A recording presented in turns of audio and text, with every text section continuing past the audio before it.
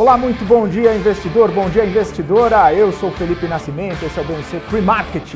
Aqui você fica por dentro de todas as notícias que vão impactar os mercados no Brasil e também no mundo.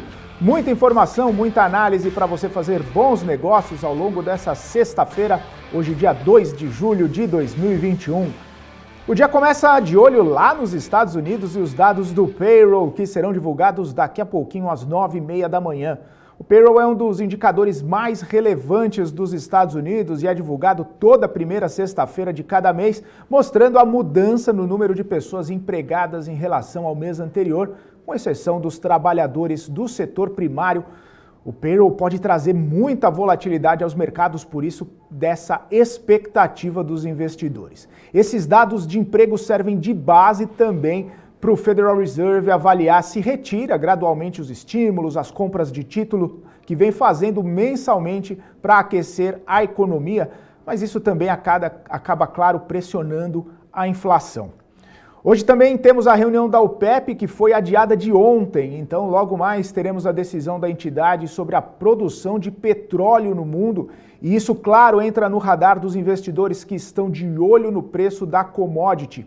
O petróleo anda operando em patamares altos, superando a casa dos $75 o barril.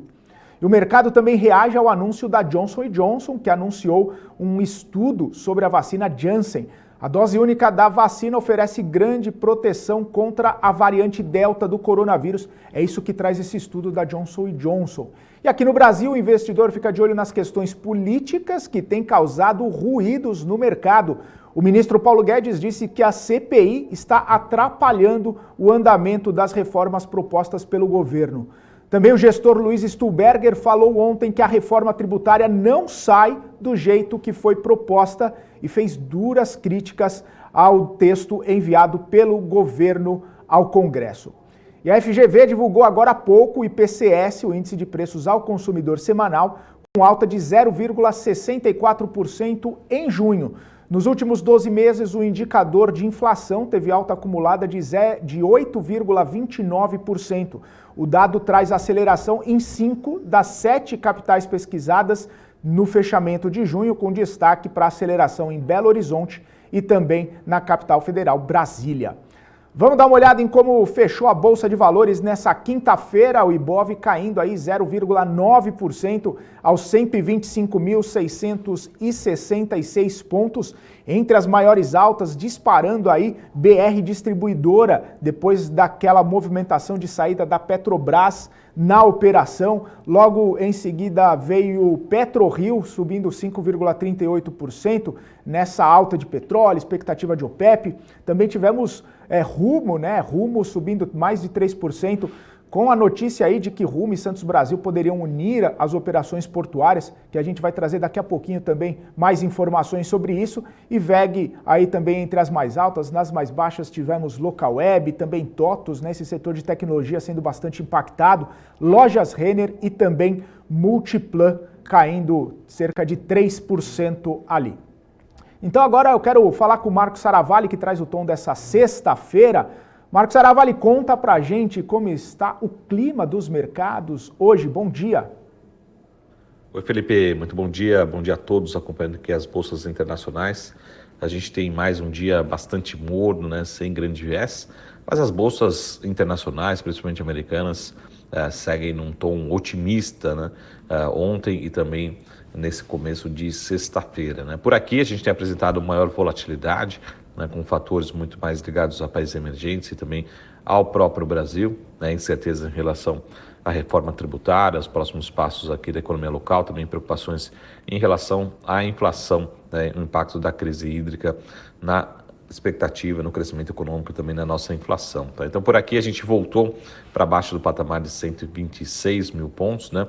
Mas alguns analistas, estrategistas aí reforçando que a gente poderia chegar até o final do ano num patamar superior até mesmo de 150 mil pontos, né? Um cenário que a gente concorda que é possível, talvez seja um pouquinho otimista, né, acreditar nesse cenário, mas é um cenário possível, né? A gente precisa entender, principalmente agora a temporada de balanços, como devem ser o comportamento aí dos lucros das companhias ao longo desse segundo semestre. Tá? Lembrando que a gente tem indicadores muito importantes na sexta-feira, seja nos Estados Unidos, seja aqui no Brasil, e a bolsa pode ficar um pouquinho mais volátil, né, acompanhando esses resultados. Mas a sinalização deve ser que realmente a economia americana continua crescendo num ritmo bastante forte, bastante acelerado, mas não necessita de aumento de juros tão cedo, né? Então, o Banco Central por lá pode sinalizar uma redução de alguns estímulos nas próximas reuniões, mas não devemos ter aumento de juros por lá em 2021, nem mesmo em 2022, tá bom? Então vamos acompanhar aqui, a gente continua otimista com os investimentos em ações ao redor do mundo e por aqui a gente acredita sim que realmente essas quedas recentes vêm abrindo boas oportunidades para quem está olhando um pouco mais para médio e longo prazo, tá bom? Esses são os principais indicadores e uma sinalização de uma sexta bastante morna, mas talvez com viés positivo para esse 2 de julho, tá bom? Já já a gente volta com mais novidades.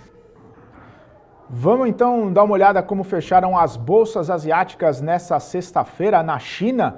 O índice Xangai fechou em queda de 1,95%, Tóquio subiu 0,27% e em Hong Kong o índice Hang Seng caiu 1,8%. As bolsas asiáticas bastante pressionadas ali, só no Japão subindo um pouquinho. E essas fortes baixas aí vêm junto ao discurso duro do presidente chinês Xi Jinping, depois dele fazer apelos à unidade nacional e também desafiar pressões internacionais. Xi Jinping disse que o povo do país jamais vai permitir que nenhuma força estrangeira intimide, oprima ou escravize o povo chinês.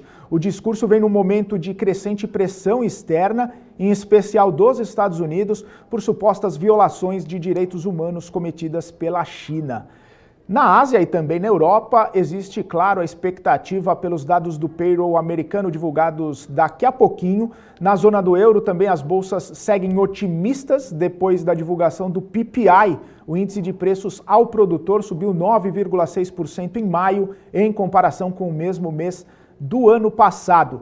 Vamos dar uma olhadinha então como estão operando as bolsas lá na Europa nesse momento, os principais indicadores europeus sempre trabalhando aí no patamar positivo, o Euro Stoxx subindo 0,2%, CAC na França no 0 a 0, 0,01% de alta, FTSE no Reino Unido subindo 0,13% e DAX na Alemanha subindo 0,38%.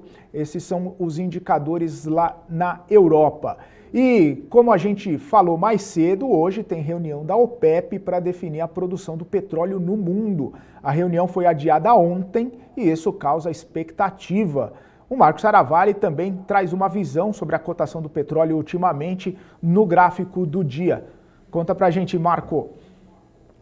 Aqui no nosso gráfico do dia a gente tem a cotação do preço do petróleo Brent, um dos mais negociados no mundo, né, nesses últimos 12 meses.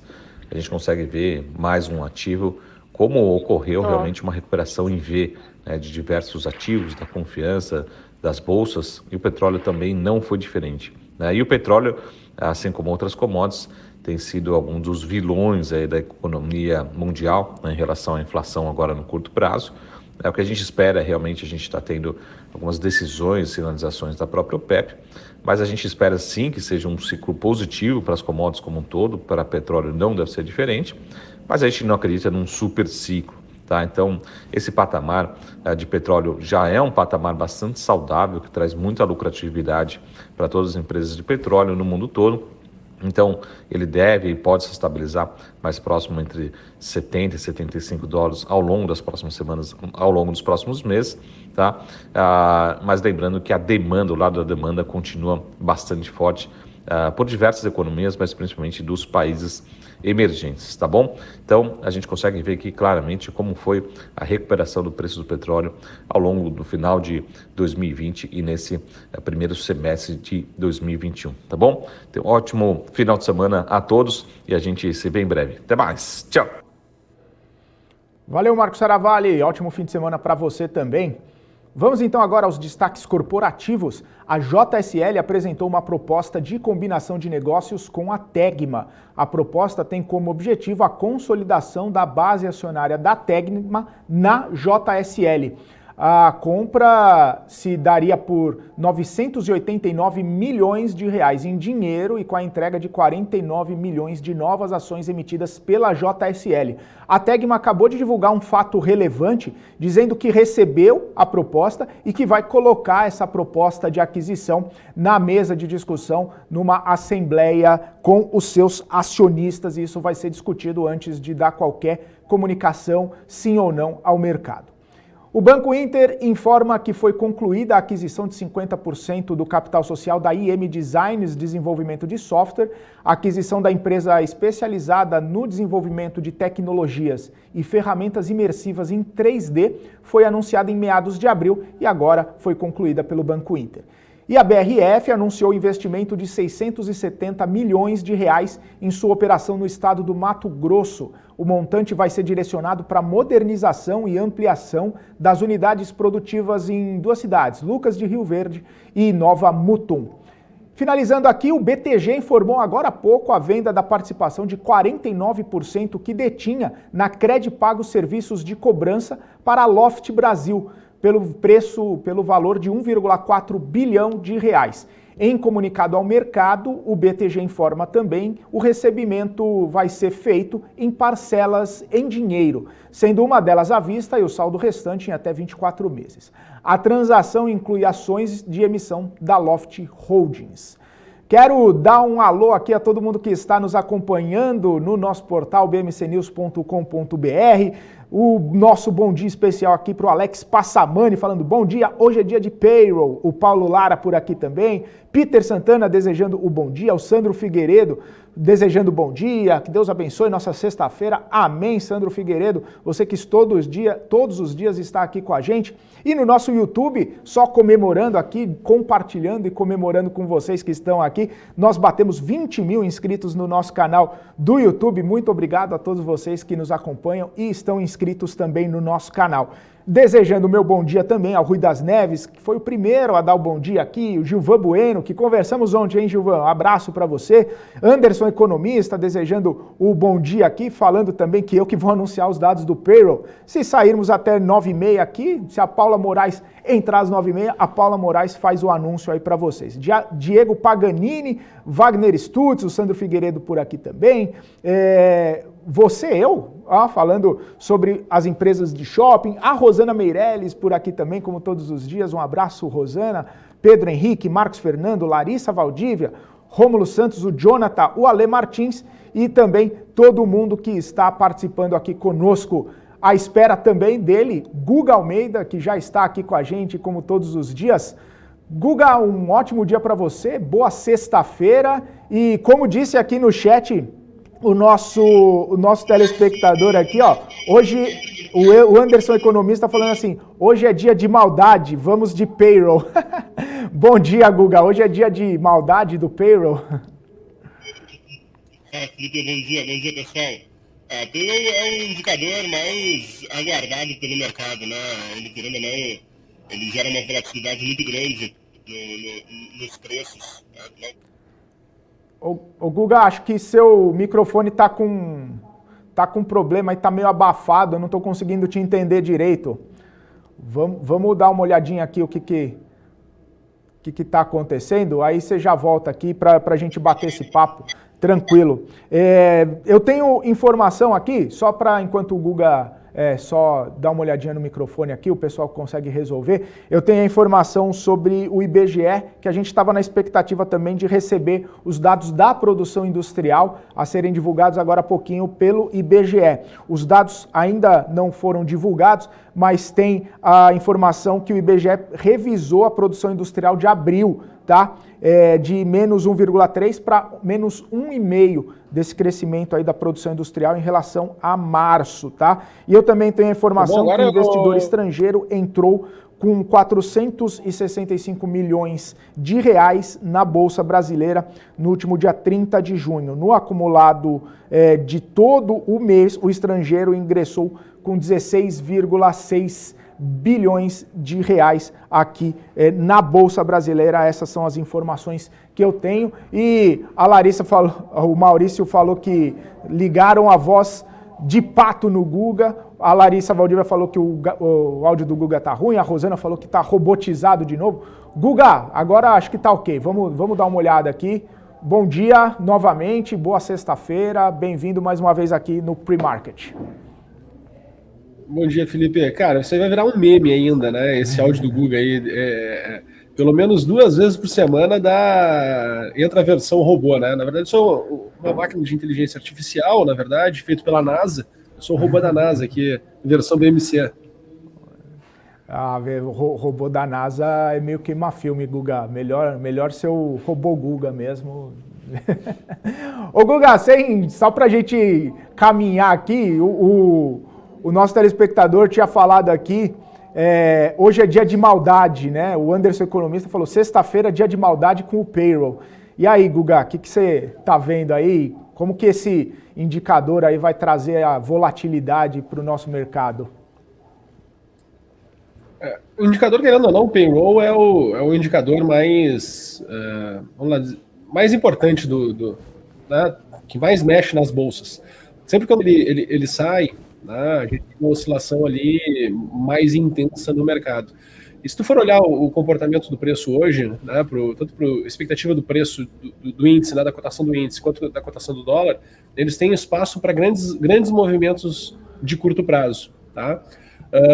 O que eu acredito bastante, Felipe, que a gente vai ter essa movimentação mais intensa nessa parte da manhã, e depois na parte da tarde tende o mercado a ficar mais morno, né, mais morto mesmo e lateralizado, até porque a gente está chegando, né, nessa região que a gente imaginava que poderia se ter de correção, que era abaixo dos 125 mil pontos. Então acho que o mercado ainda tem espaço para bater ali 124.500 por aí, né?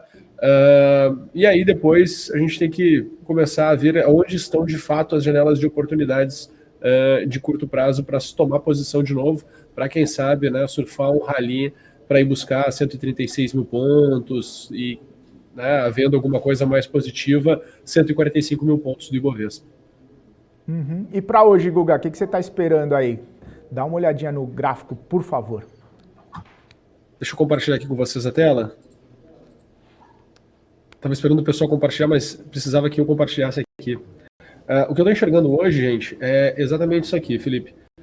Mercado vindo buscar meu primeiro objetivo, que é em 126.700, tá? Buscando esse primeiro objetivo, e agora são 9h24 da manhã, então provavelmente vai sair payroll com o indicador, com o mercado trabalhando no meu primeiro objetivo de alta que eu tinha, tá? Então, olha o tamanho do espaço que eu tenho para baixo, né? Voltar aqui para 125.670, ou seja, se vier um tom negativo, o mercado tem muito espaço para poder ter uma correção aqui, que machucaria bastante assim a percepção por parte dos participantes no curto prazo. Então, imagino que poderia vir até os 124.900, tá? E para cima, o que nós temos aqui, ó, 127, 150, se tu for perceber a amplitude ela menor para cima, e o melhor dos melhores dos cenários seria subir em torno de 1.000 pontos e ir lá buscar 127, 750. Então, é bem interessante, né?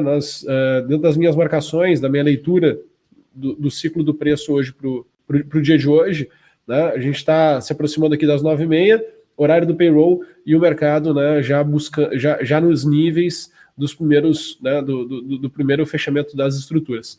Da onde vem essas estruturas, tá, Felipe? Só para também o pessoal entender.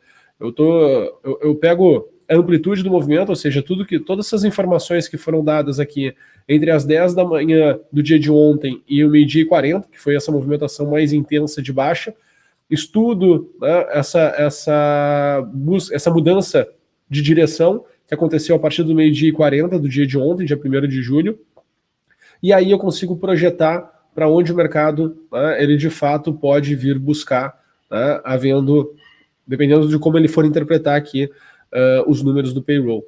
Para o dólar, Felipe, o que eu estou enxergando para hoje, tá, é um movimento para cima, né? Eu acredito que ele vai ser um pouco mais travado, podendo chegar a dólar até 5,10, tá? Que na verdade é o 5,109, né? Então olhando para as duas casas só após a vírgula é o 5,10, e para baixo seria acelerar aqui esse movimento, voltar para baixo de 5, batendo ali a primeira região de suporte seria na região de 5,01, tá? Depois sim perderia, voltaria lá para 4,99, 4,96, tá? São os números, são as amplitudes, né, que eu consigo enxergar para o dólar por dia de hoje.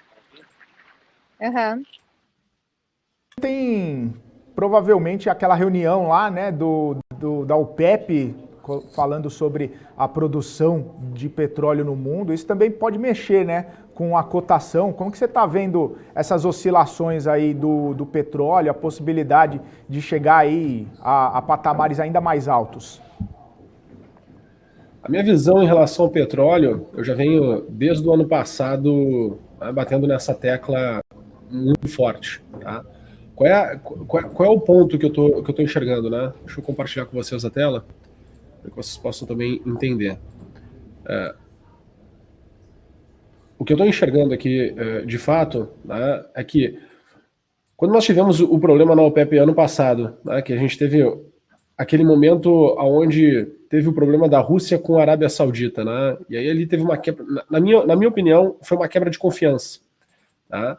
Ali nós vimos acelerar bastante a queda, tá, da commodity, chegando, né, no dia do vencimento do contrato futuro em patamares negativos, né, pela primeira vez. O comprador, né, o vendedor, né, pagava para tirarem o direito de comprar das mãos do o vendedor. Ele pagava para as pessoas pegarem o petróleo, né, porque a cotação ficou negativa. Então a gente teve todo esse cenário aqui, e novamente a gente volta a ter uma reunião da OPEP e novamente a gente pode ter aí, né, desavenças em relação à produção do petróleo. Tá? O que eu estou esperando, Felipe? Na verdade, desde o ano passado eu comento, olha, eu estou enxergando o petróleo podendo chegar acima de $100, eu falo $100, mas eu enxergo podendo chegar aqui a 110, 115 dólares o barril, tá? E de fato ele entra numa tendência, o petróleo entra numa tendência, e para mim, né, o ponto principal é que subindo o petróleo, né, destravando o preço em petróleo e se acelerando cada vez mais, isso gera uma pressão inflacionária. Tá? E aí volta-se, né, a olhar curva de juros, volta-se a olhar, né, as decisões dos bancos centrais, então traz mais volatilidade, traz mais incerteza para o mercado. Então eu consigo enxergar que ainda tem uma bela de uma jornada pela frente aqui para o petróleo, né, se desenvolver. E perceba que as últimas... a gente ficou aqui entre o início de março e o final de maio, né, num período muito longo de lateralidade, tá? E volta a entrar em tendência. Então tem tudo para começar a acelerar. Enquanto tu estuda as tendências, né, de commodity, o final de um movimento, de uma tendência de alta em commodity, ele tende a acelerar e muito. Por quê? Porque o mercado ele muda a percepção. Então a gente não teve essa força de aceleração, né, ainda. Ele vem subindo aos pouquinhos.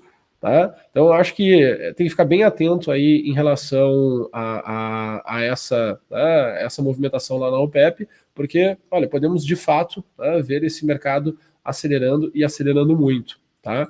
E para baixo, se eu fosse pensar assim, poxa, mas e a correção do petróleo, né? Para onde pode cair o petróleo? Eu não consigo enxergar muita baixa. O que eu consigo enxergar aqui que pode haver, né, de queda seria ali voltar para casa dos $70, né, num pior cenário, ou seja, não tem muito espaço para queda no curto prazo. Tá? Uhum. Então, não vejo assim petróleo voltar para $50 o barril, pelo contrário. Então, né, seguindo a tendência, tem que aceitar o que de fato, né, o mercado vem mostrando que está fazendo. Entendi. Ô Guga, só para a gente encerrar aqui, hoje de manhã saiu, né, aquela notícia sobre JSL e Tegma. Queria que você desse uma olhadinha em JSL para vermos o que isso pode ocasionar, né, para onde que está indo o papel, quais são suas perspectivas para JSL, por favor. JSL G3, deixa eu botar aqui para vocês então.